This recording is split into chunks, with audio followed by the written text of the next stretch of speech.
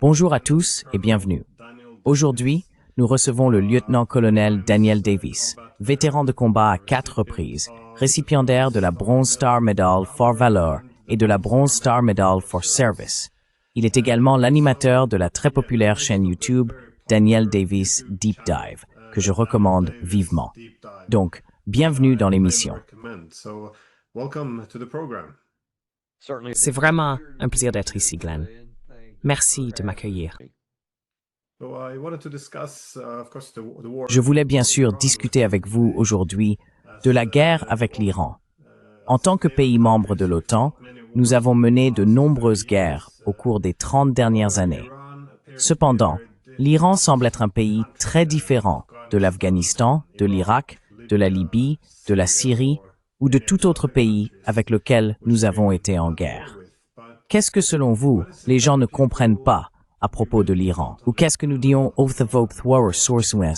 sa position militaire?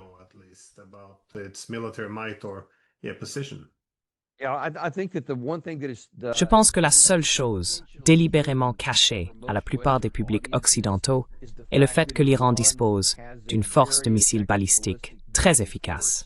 Nous en voyons maintenant la démonstration. En réalité, si nous avions été attentifs, nous l'aurions constaté en 2024, lors des 2 vagues d'attaques de missiles et de tirs de drones entre l'Iran et Israël, où, selon moi, l'Iran a clairement montré qu'il avait la capacité de pénétrer le système de défense aérienne élaboré et complexe d'Israël, et que si l'Iran le voulait, il pourrait le faire. Ils l'ont démontré par des moyens d'attaque très sélectifs en 2024, en avril et en octobre. En plus de tirer des drones plus lents ou des missiles de croisière plus anciens, des engins dont ils savaient qu'ils seraient abattus, car ils voulaient signaler qu'ils cherchaient à éviter la guerre, qu'ils ne voulaient pas d'escalade. Ils ont aussi montré que si Israël allait trop loin, ils en avaient la capacité.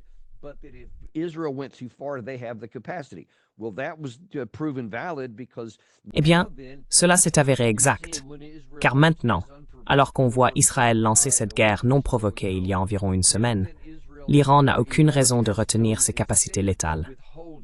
Et désormais, il frappe, même encore ce matin, des cibles importantes à l'intérieur d'Israël. Israël a perdu certaines cibles majeures, notamment quelques centres de recherche en particulier. La plupart de ces informations ne parviennent tout simplement pas à l'Occident. On continue à raconter cette fiction, selon laquelle le dôme de fer, la fronde de David et le système THAAD interceptent presque tout. Mais certaines choses passent, c'est le récit officiel. Mais quand on regarde sur le terrain, on voit que ce n'est pas le cas. Presque rien n'est intercepté. La plupart des projectiles passent et causent beaucoup de dégâts à l'intérieur d'Israël.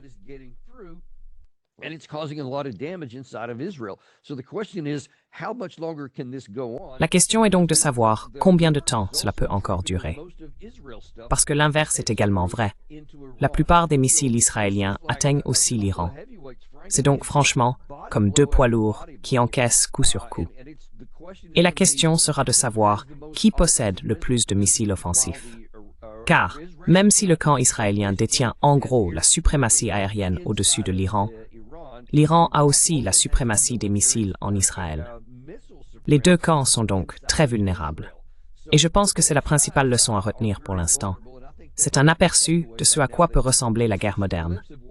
Le camp qui dispose du plus grand nombre de missiles intercepteurs et de missiles offensifs aura l'avantage.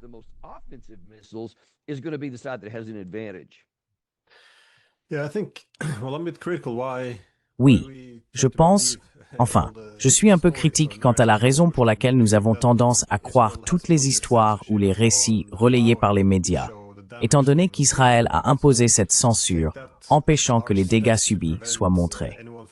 Donc si l'on prend de telles mesures pour empêcher quiconque d'avoir un aperçu des dégâts, pourquoi croirait-on leurs chiffres de victimes ou leurs rapports? Cela se contredit un peu, mais je suis d'accord. Cependant, avec cette attaque limitée que nous avons eue il y a quelque temps, lorsque l'Iran a envoyé ses vieux drones, et quand tout a été abattu par Israël et ses partenaires, il y avait un peu d'arrogance, un peu cette idée que les Iraniens étaient faibles, qu'ils ne pouvaient pas riposter d'aucune manière. Je me demande si la riposte de l'Iran était si faible qu'elle a en fait encouragé Israël. Mais qu'as-tu vu se passer sur le terrain? Est-ce qu'Israël était simplement mal préparé? Pourquoi ont-ils sous-estimé l'Iran?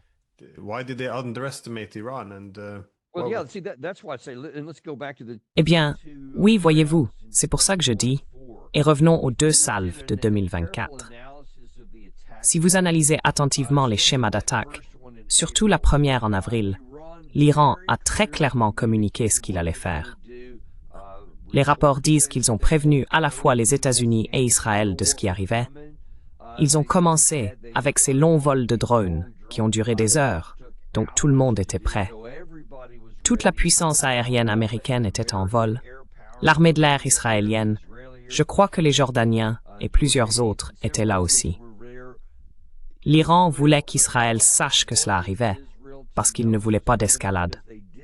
Mais ils ont très clairement communiqué des missiles balistiques sur une base aérienne, surtout lors de la deuxième salve, ce qui montrait que votre système ne pourrait pas arrêter cela.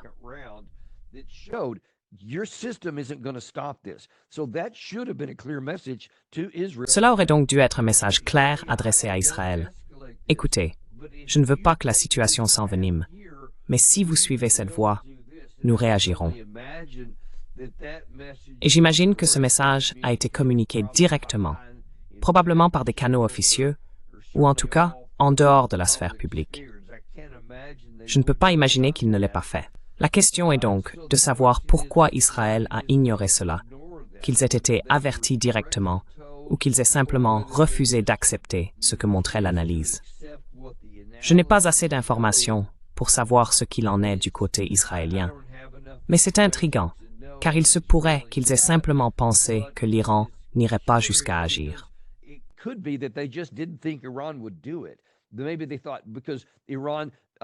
Peut-être qu'ils ont pensé que, parce que l'Iran, après qu'Israël ait fait exploser leur ambassade, ce qui a violé toutes les normes historiques imaginables en relations internationales, leur réponse a été assez tiède.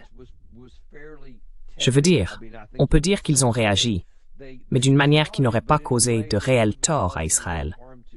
Peut-être qu'Israël a pensé que c'est simplement ainsi qu'ils allaient réagir. Si je te frappe fort à nouveau, tu ne répondras toujours que faiblement. Je pense que c'est probablement l'explication la plus plausible, qu'Israël s'est simplement dit « Non, je peux déployer toute ma puissance, et j'ai l'oncle Sam derrière moi. Il viendra à mon secours, si tu t'avises de bouger. » Donc peut-être qu'ils pensaient pouvoir simplement contraindre l'Iran.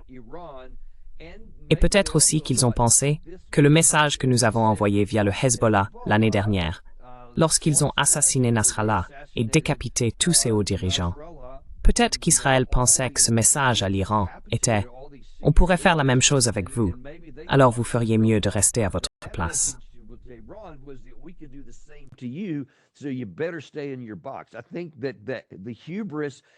Je pense que l'arrogance et l'hypothèse selon laquelle l'Iran n'avait aucune ligne rouge et pouvait être repoussé indéfiniment ont conduit Israël à prendre une mauvaise décision. Et, à mon avis, d'après mon analyse, Israël a déclenché une guerre dont ils ne savent pas comment sortir. Parce que s'ils n'obtenaient pas une décision rapide, s'ils n'arrivaient pas à provoquer un changement de régime immédiatement, ils se retrouvent à se demander « Et maintenant ?» Et si l'Iran, vous savez, se retranchait simplement et continuait à tirer ses missiles à un certain rythme? Et personne ne sait vraiment combien de missiles il possède.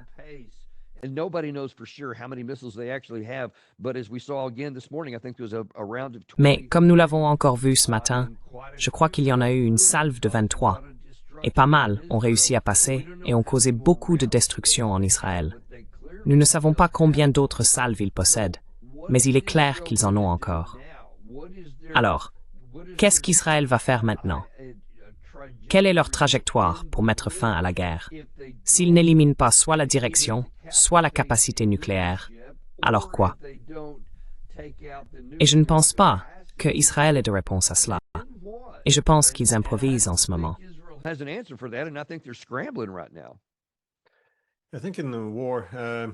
Je pense qu'en temps de guerre, les perceptions comptent beaucoup. Autrement dit, si l'on pense que l'adversaire dispose d'un puissant moyen de dissuasion ou peut intercepter vos missiles, alors les gens agissent en fonction de ces perceptions. Et j'imagine que le dôme de fer a été tellement vanté que même les dirigeants israéliens ont pu croire que rien ne pouvait passer à travers. Mais on observe cette étrange et rapide baisse du taux d'interception des missiles iraniens. Est-ce simplement que la défense antimissile israélienne manque de missiles intercepteurs? Est-ce que les Iraniens utilisent de meilleurs missiles? Comment analysez-vous la situation?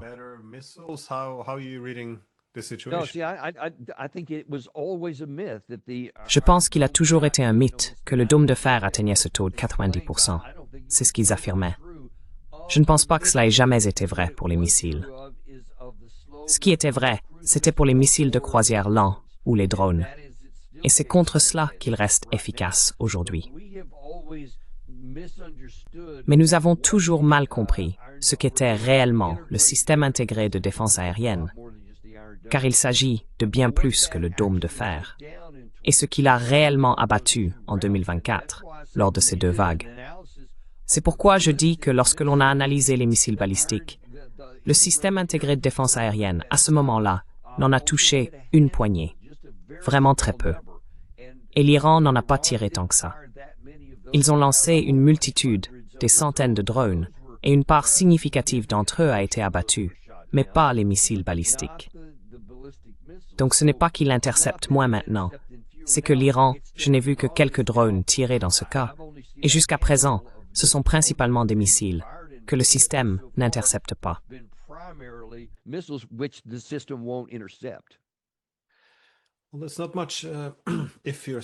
Eh bien, cela ne change pas grand-chose s'ils sont désormais enlisés dans cette guerre d'usure, où, comme vous l'avez dit, ce ne sont que ces deux géants qui s'affrontent.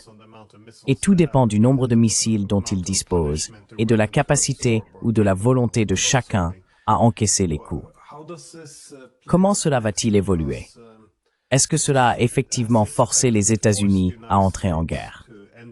Je sais que Donald Trump a dit qu'il y réfléchirait pendant 2 semaines, mais cela pourrait aussi être une ruse pour amener les Iraniens à baisser leur garde pendant que les États-Unis déplacent plus librement leurs moyens. Pensez-vous que les États-Unis vont intervenir? Et si oui, vont-ils attendre 2 semaines? Ou peut-on s'attendre à une action plus rapide?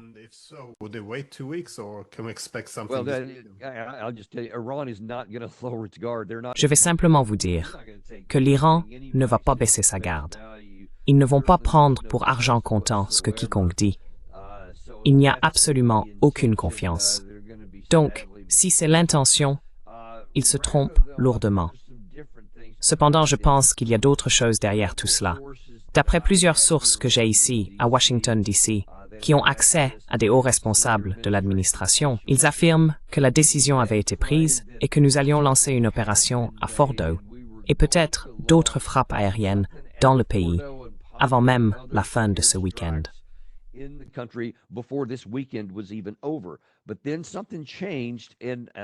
Mais ensuite, quelque chose a changé. Et maintenant, vous avez vu cette annonce vraiment surprenante qui a pris la plupart de mes sources au dépourvu, où il a simplement dit « Vous savez, nous allons attendre 2 semaines avant de prendre une décision. » Mon évaluation, d'après ce que je peux voir et ce que j'ai entendu, c'est que nous n'étions pas prêts à lancer la guerre. Je soupçonne, et je n'ai pas de source à ce sujet, c'est juste mon interprétation des informations. Je soupçonne que probablement le commandant sur le terrain, celui qui est responsable des forces dans cette région pour cette opération, a dit que nous n'étions pas tout à fait prêts. Nous avons encore besoin de quelques-uns de ces C-17, C-5, toutes sortes de matériel de guerre et de logistique, pour soutenir, comme une campagne aérienne qui part des États-Unis vers l'Europe et ailleurs au Moyen-Orient.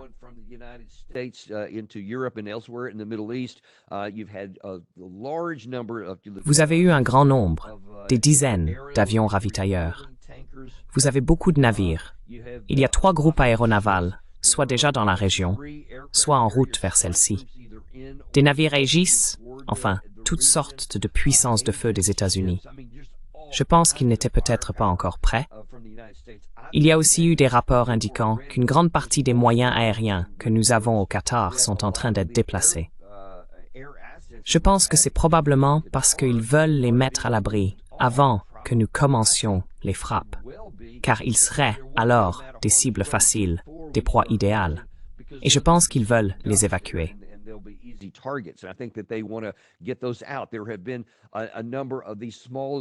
Il y a eu un certain nombre de ces petites bases isolées que les États-Unis possèdent en Syrie, qui ont soit été regroupées, soit évacuées par les troupes au cours des derniers jours.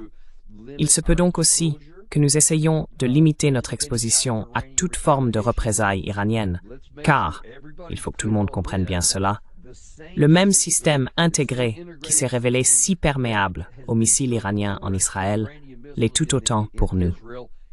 Ainsi, nos forces, qu'elles se trouvent à Bahreïn, au Qatar, en Irak, en Syrie, en Jordanie, en Arabie Saoudite ou ailleurs, au Moyen-Orient, sont aussi vulnérables qu'Israël. Et si nous entrons en guerre contre l'Iran, si nous attaquons par exemple l'installation de Fordow avec cette bombe anti-bunker dans le but, et j'insiste sur le mot but, de détruire ce réacteur nucléaire là-bas, qui sait si nous y parviendrions ou non.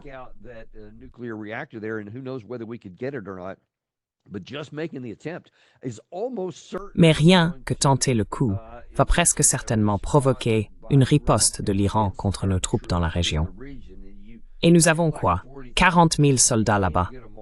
Donc on ne peut pas tous les retirer.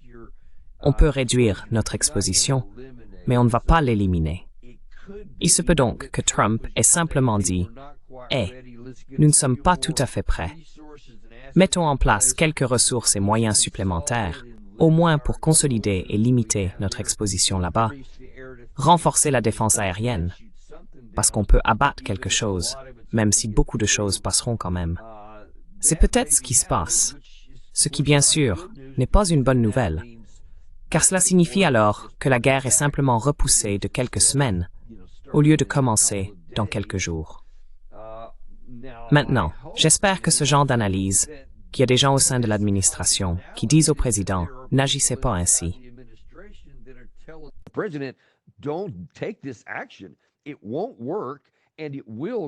Ça ne marchera pas et cela déclenchera une crise régionale. Et vous aurez une guerre sur les bras alors que vos électeurs vous ont élu précisément pour l'éviter. Et alors, vous serez simplement perçu comme un échec et un perdant. Peut-être que le message est passé.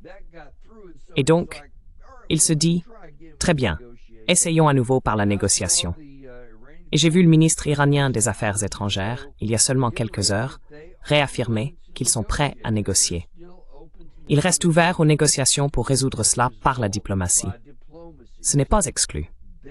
Donc, quel que soit le délai et la fenêtre qui nous sont réellement offerts ici, j'espère que nous en profiterons, car il est encore possible de mettre fin à cette guerre absurde entre Israël et l'Iran, dès maintenant, et d'empêcher qu'elle ne s'aggrave.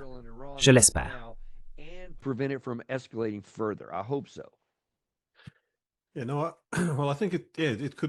Eh bien, je pense que ça pourrait être les deux. Parce que d'un côté, on constate qu'il n'y a pas eu une préparation adéquate pour cette guerre. C'est-à-dire que beaucoup de ces ressources sont déplacées maintenant. Elles ne proviennent même pas des stocks américains en Europe. Elles viennent directement des États-Unis. Donc, il est évident qu'ils n'étaient pas préparés à cela. D'un autre côté, je pense que Trump fait également face à beaucoup d'opposition au sein de sa propre base et de son propre entourage, au point qu'il pourrait reconsidérer la situation. Je me demande simplement si l'Iran, s'il voit trop de ressources être déplacées, ne choisirait pas de lancer une frappe préventive, c'est-à-dire profiter de l'avantage de frapper en premier.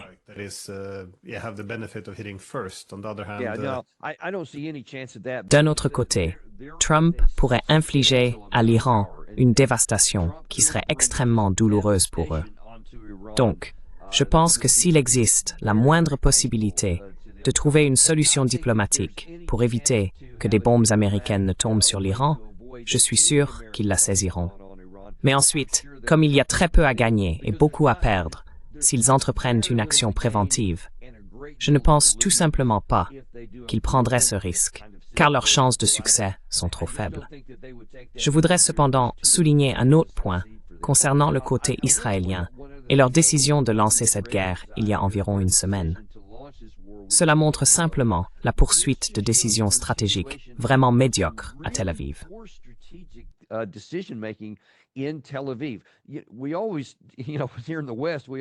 Nous, ici en Occident, avons toujours tendance à attribuer aux Israéliens cette mentalité d'échec en 4D ou en 3D, à dire qu'ils sont brillants et tout ce genre de choses. Et il est vrai qu'ils excellent dans de nombreux domaines, notamment au sein de leurs forces spéciales. Le Mossad ou d'autres disposent d'un véritable savoir-faire en matière d'État et de guerre. Mais en ce qui concerne la prise de décision, cela a été catastrophique. Par exemple, lorsqu'ils sont entrés à Gaza, à la fin du mois d'octobre 2023, j'ai dit à ce moment-là, vous vous engagez dans une opération militaire en essayant d'utiliser la force militaire létale pour atteindre un objectif politique, la paix pour Israël. Et cela ne fonctionnera pas.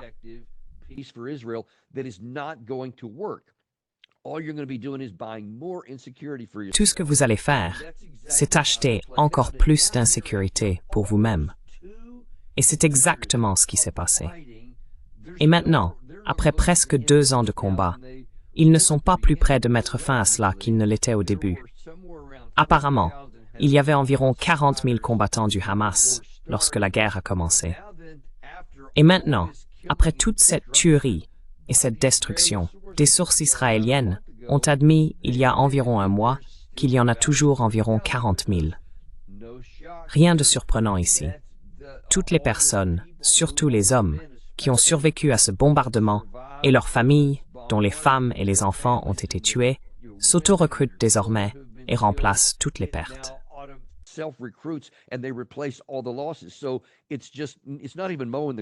Donc, ce n'est même pas tondre la pelouse. C'est simplement créer plus d'ennemis. Et j'ai personnellement constaté cela pendant mon temps en Irak et en Afghanistan. Et maintenant, cela se reproduit à une plus grande échelle ici. Israël ne semble pas savoir comment sortir de cette situation, et maintenant, ils en ont déclenché une nouvelle, sans qu'il y ait de solution claire pour celle-ci non plus. C'est donc un vrai problème. Israël doit faire un bien meilleur travail de réflexion stratégique et s'assurer d'avoir une chance de réussir avant de commencer à lancer des missiles.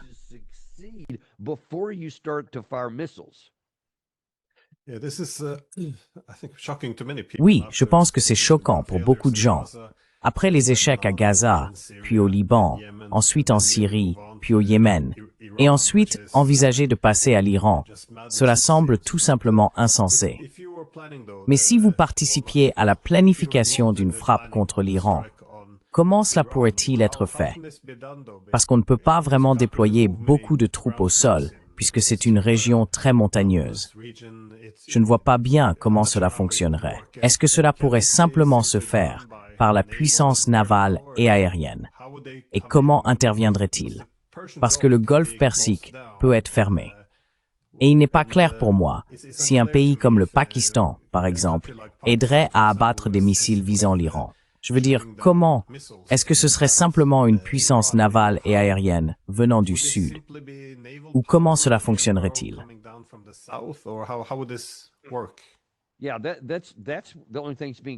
Oui, c'est la seule chose qui est envisagée en ce moment, la puissance navale et aérienne.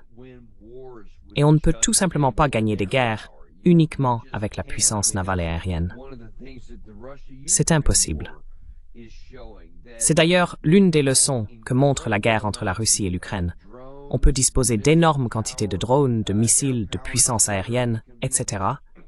Et cela peut provoquer des destructions incroyables. Mais si on n'a personne au sol pour prendre ou tenir un territoire, on n'ira nulle part. On va juste tout faire exploser. C'est exactement la situation à laquelle nous sommes confrontés ici. Je ne pense pas que quiconque en Occident envisage sérieusement d'envoyer des troupes au sol. Point final. Ils veulent juste tout faire sauter. Ils veulent pouvoir dire « Eh bien, nous voulons affaiblir le régime ». Vous voyez, ils frappent les sites du CGRI, ils frappent leurs sites militaires.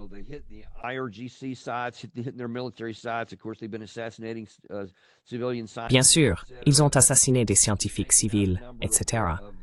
Éliminé un certain nombre de hauts responsables du régime, tout ce genre de choses. Et puis bien sûr, tout cela était soi-disant motivé par la capacité présumée de l'Iran à fabriquer une bombe nucléaire, s'il décidait de poursuivre dans cette voie. Il voulait donc frapper un certain nombre de ces installations. Eh bien, c'est compliqué. Tout d'abord, prenons Fordo, car c'est tellement profondément enterré, environ 90 mètres sous terre. Et le meilleur de nos engins capables de percer les bunkers est le GBU-57, qui peut apparemment descendre à environ 60 mètres. Il reste donc encore 20, 25, 30 mètres, selon la profondeur réelle, avant de pouvoir vraiment atteindre la cible.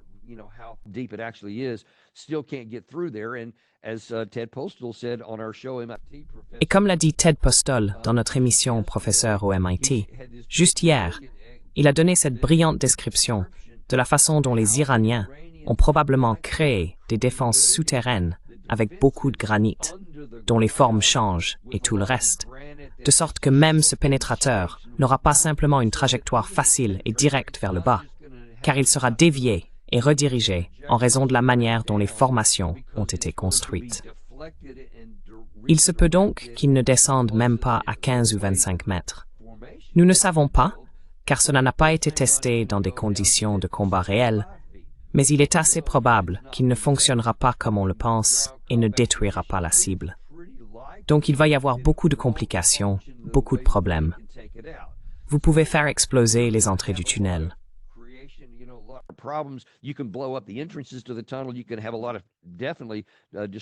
Vous pouvez certainement détruire beaucoup de choses en surface. Mais en ce qui concerne l'emplacement de ces centrifugeuses, il est probable que vous n'y parviendrez pas. Il y a aussi le site de Bushehr, où Poutine a déclaré hier ou avant-hier « Hey, j'ai environ 250 scientifiques russes là-bas. Ils vont rester, et on pourrait même augmenter ce nombre à environ 600, et nous n'irons nulle part. » Ce qui signifie « N'attaquez pas cette installation, sinon vous pourriez potentiellement nous entraîner dans une guerre. » J'espère que personne, ni en Israël, ni à Washington, ne sera assez imprudent pour attaquer ce site et risquer d'impliquer la Russie militairement. Il y a donc maintenant deux grandes installations que vous ne pouvez probablement pas détruire d'une part et que vous ne devriez même pas viser d'autre part. Ce qui signifie que vous ne pourrez pas affirmer de manière concluante avoir détruit la capacité de l'Iran à se précipiter vers la bombe, si jamais il décidait de le faire.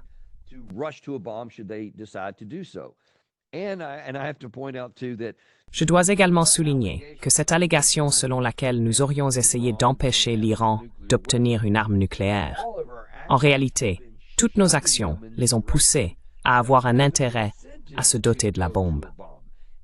Il se peut très bien, et nous ne le savons pas pour l'instant, qu'à un moment donné, les Iraniens disent « D'accord, à cause de tout cela, la seule chose que nous puissions faire à long terme pour garantir notre sécurité, c'est de nous précipiter vers la bombe. » Et je crois que le directeur général de l'AIEA, je crois qu'il s'appelle Grossi, a justement déclaré ce matin, dans une interview à Fox News, que l'Iran dispose actuellement de suffisamment de matière qu'il pourrait retraiter pour fabriquer un certain nombre de bombes.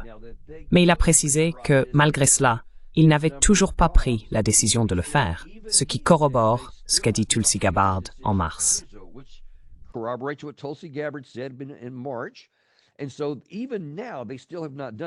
Et donc, même maintenant, ils ne l'ont toujours pas fait parce qu'il y a encore des inspecteurs sur place. Mais ironiquement, s'ils choisissaient de le faire, ce ne serait qu'à cause de toutes ces actions. Donc, loin de les en empêcher, cela pourrait, en réalité, les pousser dans cette direction. Et bien sûr, si cela arrivait, alors, vous savez, nous serions dans un monde très différent de celui où, un jour, l'Iran testerait secrètement une arme nucléaire.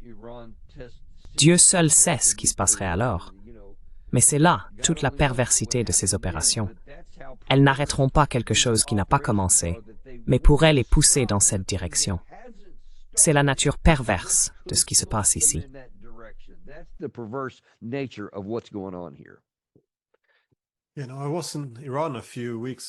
Vous savez, j'étais en Iran il y a quelques semaines pour une conférence. J'ai visité l'une de ces installations nucléaires. Et ce que j'ai entendu de la part de nombreux Iraniens, c'est que vous savez, il n'est tout simplement pas dans notre intérêt de posséder une arme nucléaire, car alors les Saoudiens obtiendraient la leur, peut-être la Turquie aussi. Et soudainement, avec cette prolifération, leur sécurité serait diminuée. Il vaut donc mieux garder cela secret. Oui, éviter d'aller dans cette direction. Mais comme vous le dites, s'ils craignent pour leur existence, ils pourraient quand même emprunter cette voie. Et c'est pourquoi il semble si insensé d'essayer de bombarder un pays pour qu'il abandonne son moyen de dissuasion. Je veux dire, c'est justement dans ces moments-là qu'on a besoin d'un moyen de dissuasion. Mais vous avez évoqué la possibilité d'impliquer la Russie dans cette affaire. Et j'ai vu des rapports, je ne les ai vus confirmés nulle part, mais il y aurait eu des vols chinois atterrissant en Iran sans leur transpondeur allumé.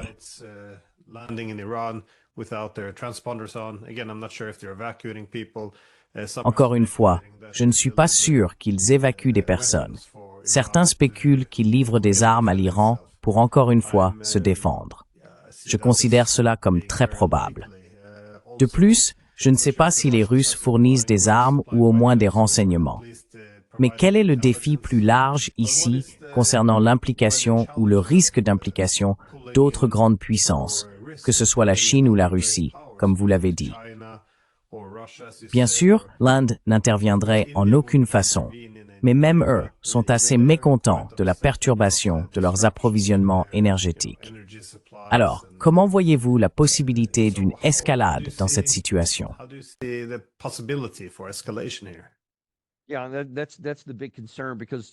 Oui, c'est la grande préoccupation, parce que, vous savez, tout est toujours lié. On ne peut pas simplement examiner la situation au Moyen-Orient, ou la question Israël-Iran isolément, ni même la guerre entre la Russie et l'Ukraine isolément, ou ce qui se passe dans l'Indo-Pacifique avec les États-Unis, certains de nos alliés et la Chine, etc., concernant les potentielles questions autour de Taïwan ou de la mer de Chine méridionale, vous savez, certaines petites îles disputées, etc. Je pense qu'il y a un potentiel. Vous savez, il y a des courants qui circulent entre tous ces dossiers, parce que, évidemment, l'Iran est membre des BRICS. Vous avez la Chine, qui bénéficie beaucoup du pétrole auquel vous faisiez référence.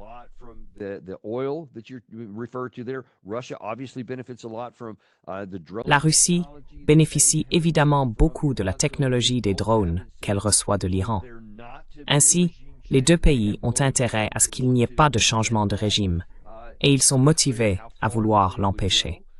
On ne sait pas jusqu'où ils seraient prêts à aller, mais il me semble peu probable qu'ils ne fassent littéralement rien et laissent les États-Unis et Israël renverser ensemble le régime iranien, ce qui mettrait alors tout ce pétrole en danger. Cela mettrait fin à la technologie militaire et aux autres installations que les Russes possèdent là-bas.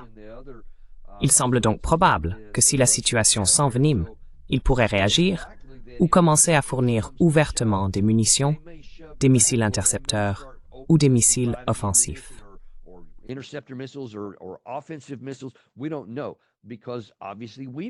Nous ne savons pas, car évidemment, nous avons en quelque sorte établi la norme en Ukraine en fournissant toutes sortes d'aides létales, y compris des armes à longue portée, à l'Ukraine, pour tuer des Russes là-bas. Donc il ne serait pas du tout surprenant que la Russie rende l'appareil et dise « Très bien, maintenant, nous allons commencer à donner ceci, surtout si les États-Unis entrent en guerre. Nous allons maintenant aider l'Iran parce que c'est ce que vous avez fait ici. Et nous allons leur donner certaines de nos armes qui vont les aider à tuer des Américains, ou vous allez les aider à tuer des Israéliens, si c'est le cas, si nous nous engageons ensemble. Donc il se passe beaucoup de choses ici. Nous savons aussi avec certitude qu'il y a eu un appel téléphonique entre Poutine et Trump il y a seulement quelques jours.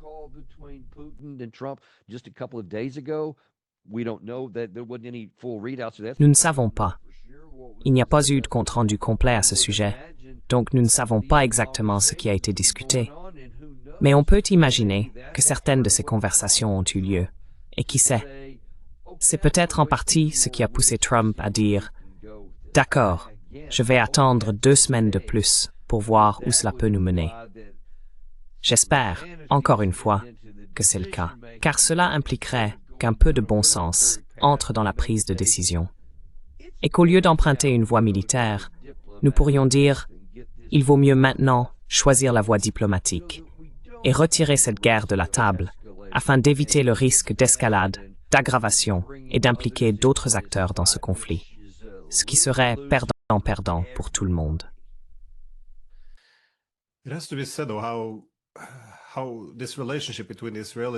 Comment cette relation entre Israéliens et Russes s'est effondrée. Je me souviens avoir parlé à l'ancien Premier ministre israélien Ehud Olmert au Kazakhstan en 2018. Il faisait remarquer qu'il y avait des enfants qui apprenaient tous quelques mots de russe à cause du rôle de la Russie dans le sauvetage de nombreux Juifs pendant l'Holocauste, la libération d'Auschwitz, etc. Et cela s'est sans doute traduit par un certain respect mutuel. Même lorsqu'ils se trouvaient dans des camps opposés lors d'un conflit, comme en Syrie, où ils se tiennent informés mutuellement. Et il y a une limite à ce qu'ils sont prêts à s'infliger en termes de coercition. Mais ce que l'on a vu ces dernières années, avec Israël soutenant d'abord l'Ukraine, ce qui a entraîné la mort de nombreux Russes, puis bien sûr l'Iran, à l'inverse, venant en aide à la Russie en fournissant des armes.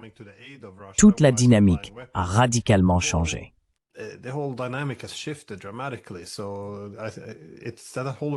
Donc, il semble que toute la relation ait été jetée aux oubliettes. Et je pense que la Russie est beaucoup plus à l'aise à s'aligner davantage du côté iranien contre Israël. Mais que voyez-vous se passer si Israël venait à perdre trop lourdement? Parce que Trump a dit qu'il n'accepterait qu'une reddition. Encore une fois, il peut changer d'avis demain. C'est, je suppose, l'un de ses talents, si l'on veut. Peu de politiciens sont capables de s'en sortir ainsi, mais lui pourrait changer d'avis. Mais si Israël ne veut pas accepter l'humiliation d'avoir perdu la guerre et d'être forcé de négocier, quelles options restent-elles? Obtenir le soutien de l'Amérique ou larguer une arme nucléaire? Pensez-vous qu'Israël pourrait aller jusque-là ou serait-ce trop?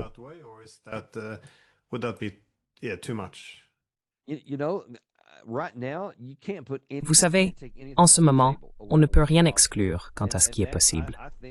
Et je pense qu'il faut effectivement envisager la possibilité qu'Israël choisisse d'utiliser l'une de ses armes nucléaires tactiques, en particulier sur le site de Fordo. Cela semblerait impensable. L'ironie qu'Israël déclare faire la guerre pour empêcher l'escalade du programme d'armes nucléaires de l'Iran, et qu'il finisse par utiliser des armes nucléaires pour empêcher cela dans le processus. Mais dans l'éventualité où Trump ferait marche arrière sur ce sujet, et vous avez mentionné que Trump change d'avis, eh bien, rien que depuis le début du mois de mars, le 7 mars depuis la Maison-Blanche, il a dit « Nous sommes à quelques jours, les amis, à quelques jours. »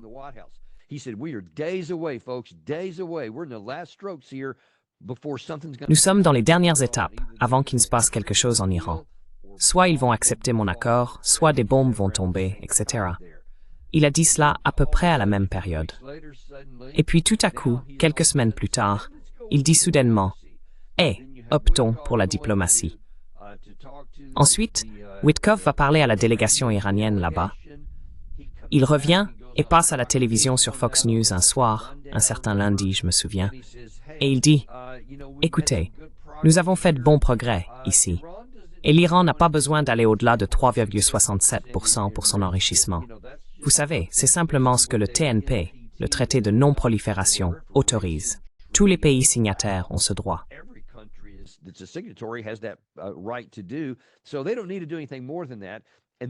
Donc, ils n'ont pas besoin d'en faire plus que cela. Et puis, d'après les informations que j'ai reçues, cela a vraiment inquiété beaucoup de gens en Israël et beaucoup de membres du groupe belliciste aux États-Unis dans le cercle rapproché de Trump. Et soudainement, Witkoff est sorti le lendemain et a déclaré « Eh bien en fait, non, 0% de retraitement. » Et puis encore, Trump parle toujours d'un règlement négocié. Et puis tout à coup, sans prévenir, il change et dit que maintenant c'est une ligne rouge. Ils doivent être incapables de retraiter à 0%. Sinon nous allons régler cela autrement, etc. Donc, on aurait dit qu'il était revenu à une position très dure, comme au début du mois de mars. Et vous savez, nous savons où nous en sommes maintenant. Ensuite, il est prêt à exiger une reddition sans condition, comme vous l'avez dit il y a seulement quelques jours, sans aucune explication.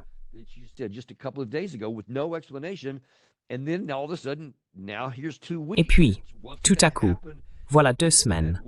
Que va-t-il se passer à la fin de ce délai? Que va-t-il se passer pendant ces 2 semaines? Il a déjà fixé plusieurs échéances, mais elles n'ont aucune importance car il les prolonge, les ignore ou en crée de nouvelles. Donc, nous ne savons pas si cela signifie vraiment 2 semaines réelles ou simplement jusqu'à ce qu'il change encore d'avis. Ce n'est donc pas utile pour essayer de trouver une solution à ce problème, quand tout le monde doit se demander où en sont les États-Unis aujourd'hui, parce qu'ils pourraient être ailleurs demain, peu importe ce qu'ils ont dit.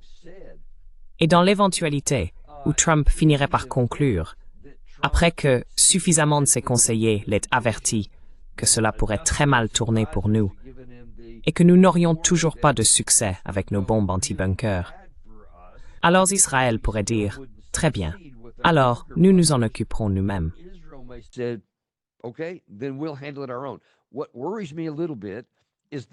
Ce qui m'inquiète un peu, c'est que Tulsi Gabbard est sortie il y a environ 1 semaine lorsqu'elle s'est rendue à Hiroshima et Nagasaki, et elle a publié cette vidéo qui, selon le New York Times, n'était pas autorisée par la Maison-Blanche, a déplu au président et mettait en garde de manière générale contre les dangers réels de la guerre nucléaire et ce qui se passerait si une arme nucléaire était utilisée, en soulignant que les explosions d'aujourd'hui sont bien pires, bien plus puissantes qu'autrefois. Beaucoup de gens se demandaient ce qui avait motivé cela. Et on peut se demander s'il n'y a pas eu des discussions quelque part, notamment dans certains cercles israéliens, où ils envisageaient cette option. Parce que si les États-Unis n'interviennent pas, ou même si ces GBU 57 ne fonctionnent pas, qu'est-ce qu'il reste à Israël?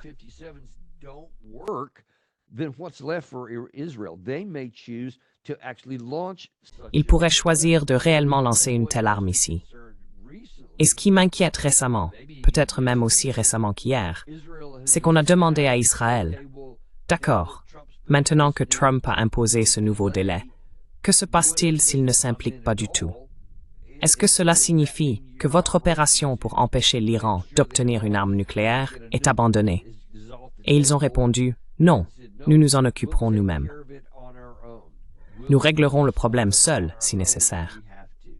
Et c'est un peu déconcertant, parce qu'ils ne disposent même pas de la capacité GBU 57. Je pense que les bombes anti-bunker dont ils disposent sont assez limitées par rapport aux 75 ou 90 mètres de profondeur, soi-disant, du site de Fordow. Donc, il faut raisonnablement se demander, qu'avez-vous l'intention de faire alors?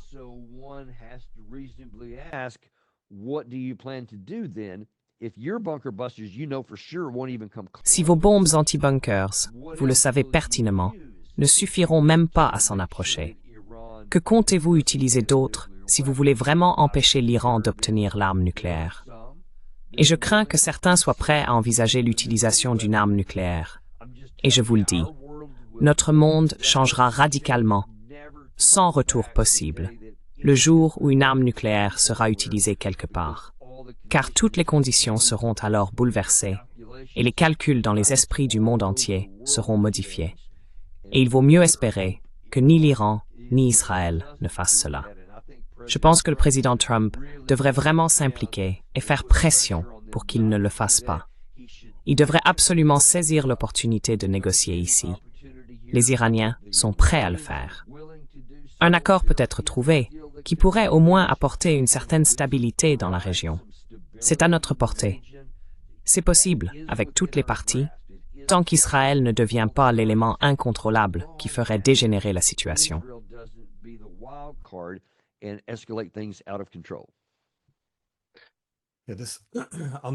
Cette imprévisibilité de Trump, cependant, me semble très délibérée, car il a souvent été dit qu'il ne faut pas être trop prévisible lors de négociations, qu'il ne faut pas s'enfermer dans une position. Cette ambiguïté stratégique semble donc faire partie de la tactique de négociation.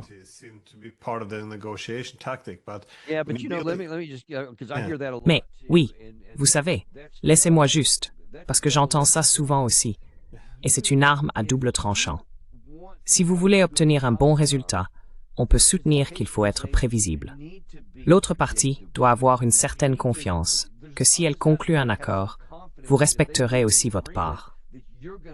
Être irrationnel et imprévisible ne crée pas la confiance, ce qui signifie que cela pourrait rendre plus difficile l'obtention d'un règlement négocié, et non l'inverse.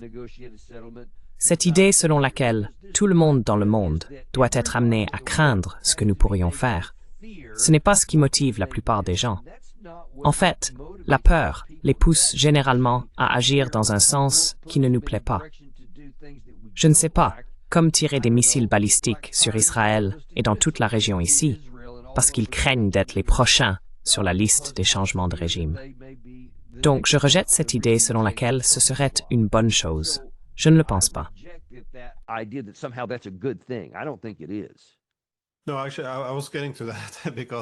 Non, en fait, j'allais justement en parler, parce qu'en économie et en sécurité internationale, on recherche la prévisibilité. Sans prévisibilité, comme vous l'avez dit, l'adversaire agira de manière très défavorable. Et on observe la tendance à se retirer des traités sur les armes ou même à lancer des attaques surprises en plein milieu des négociations. Je pense que les tactiques de négociation dans l'immobilier seraient très différentes de celles de la politique internationale. Mais ma dernière question porte davantage sur la manière dont vous percevez le contrôle du récit ici. Parce qu'on voit, par exemple, dans la guerre en Ukraine, qu'elle se joue à deux niveaux.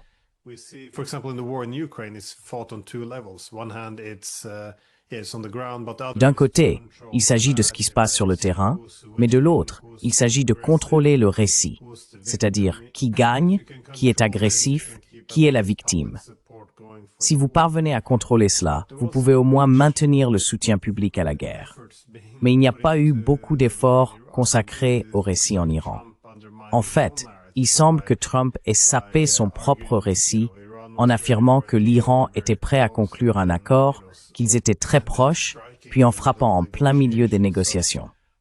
Voyez-vous cela comme une variable importante ou comment évaluez-vous la situation?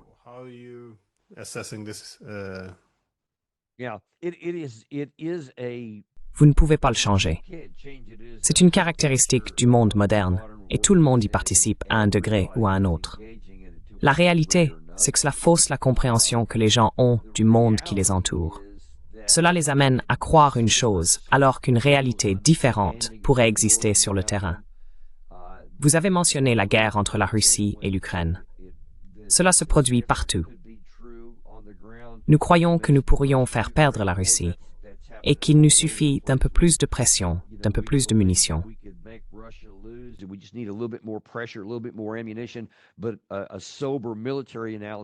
Mais une analyse militaire lucide aurait informé quiconque, dès le début, que cela était militairement insoluble pour le camp ukrainien, et qu'avec suffisamment de temps, les Russes disposent des ressources, de la capacité, de la main-d'œuvre, et sans aucun doute, de la volonté politique pour finir par réussir. Et ils vont y parvenir.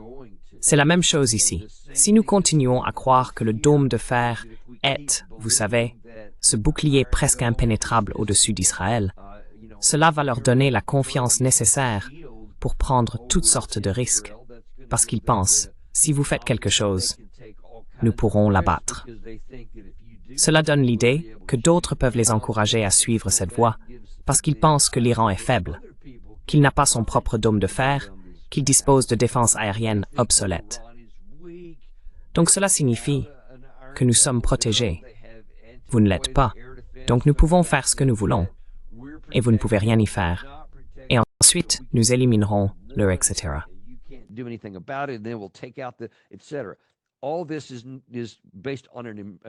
Tout cela repose sur une impression, un récit, alors que la réalité sur le terrain est très différente. Ces réalités ont été communiquées concrètement au cours de l'année écoulée et les signes ont été ignorés au profit du récit. Et maintenant, on se retrouve dans une situation où Israël a pris des mesures, mais le récit ne fonctionne pas sur le champ de bataille. Il peut influencer vos impressions, ce que les gens pensent, est-ce qu'ils soutiendront. Mais une bombe ne se soucie pas de votre récit. Elle va soit toucher une cible, soit la manquer. Votre missile intercepteur va soit abattre quelque chose, soit le rater.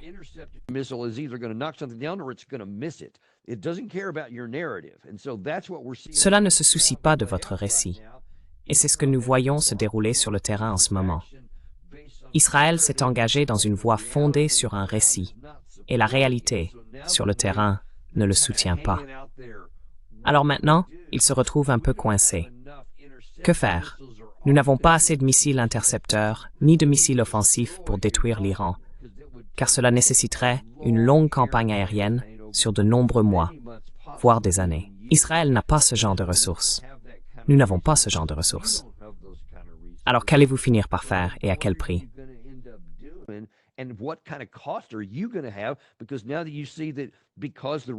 Parce que maintenant, on voit bien que la réalité, c'est que le système intégré de défense aérienne n'est pas impénétrable. Israël est frappé de toutes parts. D'importantes installations sont touchées. Des centres de recherche ont été visés ces derniers jours, ce qui a vraiment mis Israël en difficulté dans plusieurs domaines. Et qui sait jusqu'où ira la liste des cibles. C'est le prix à payer quand on élabore une politique fondée sur un récit, en ignorant la réalité concrète du terrain. Et comment on va sortir de cette situation? J'en ai vraiment aucune idée. À un moment donné, quelqu'un devra reconnaître la réalité et fonder la politique dessus. Sinon, les choses vont empirer.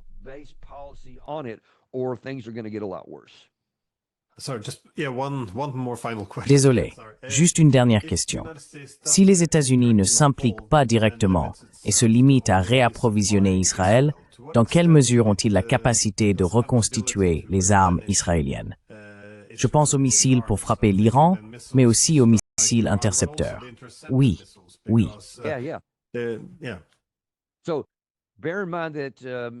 Gardez donc à l'esprit qu'il y a environ 3 semaines, Volodymyr Zelensky se plaignait qu'on lui avait promis 20 000 missiles intercepteurs par le secrétaire à la défense de l'époque, Lloyd Austin, et il se plaignait qu'ils avaient été détournés vers Israël. Selon les médias occidentaux, le Wall Street Journal, le Washington Post, Israël les utilise à un rythme très élevé, et même ceux-là commencent à manquer. L'Ukraine continue donc de supplier pour en obtenir davantage. Elle en veut désespérément plus. Ils en ont 12, ils veulent des batteries patriotes. Mais ce n'est même pas tant une question de batterie que de missiles intercepteurs. Et il y a environ un mois, le secrétaire d'État Blinken a déclaré lors d'une audition au Sénat que nous n'en avions plus à donner à l'Ukraine. Eh bien, c'était avant le début de cette guerre et avant cette utilisation massive de tous ces missiles intercepteurs.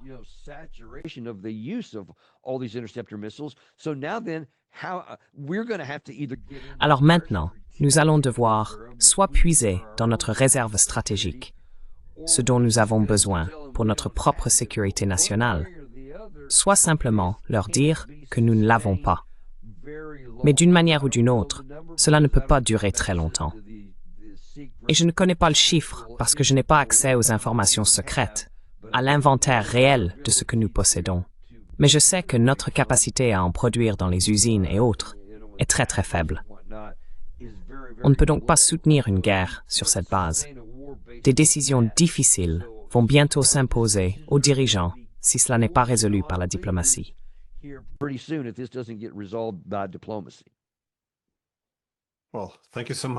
Eh bien, merci beaucoup de m'avoir permis de profiter de votre expertise. C'est toujours intéressant de discuter avec des personnes ayant ce parcours militaire pour mieux comprendre ce qui se passe. Merci encore pour votre temps et j'espère que vous envisagerez de revenir un jour. Merci. J'adorerais le faire. Merci beaucoup.